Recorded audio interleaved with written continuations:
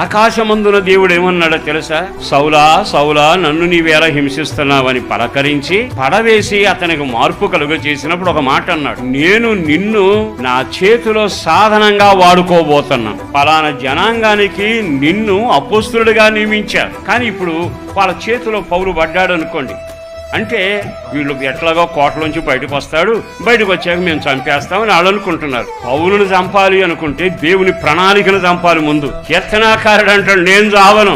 ఎందుకో తెలుసా? నా పట్ల దేవుని ప్రణాళిక ఉంది, నా పట్ల దేవుని ఆలోచన ఉంది. నీ నా ఇంట్లో తల్లిగా పెట్టాడా? ఆ ఇంటికి నేను కోడలుగా పంపాడా? సంఘానికి కాపరగా పెట్టాడా? పాటలు పాడే వరంతో పరిచయలో నిలబెట్టాడా? ఏదో ఒక సంకల్పం నీ పట్ల ఉంది. ఆ సంకల్పం ఆయన నెరవేరుస్తాడు తప్ప నిన్ను మరణానికి అప్పగించాడు, నిన్ను పాపానికి అప్పగించాడు, నిన్ను శోధకుడికి అప్పగించాడు.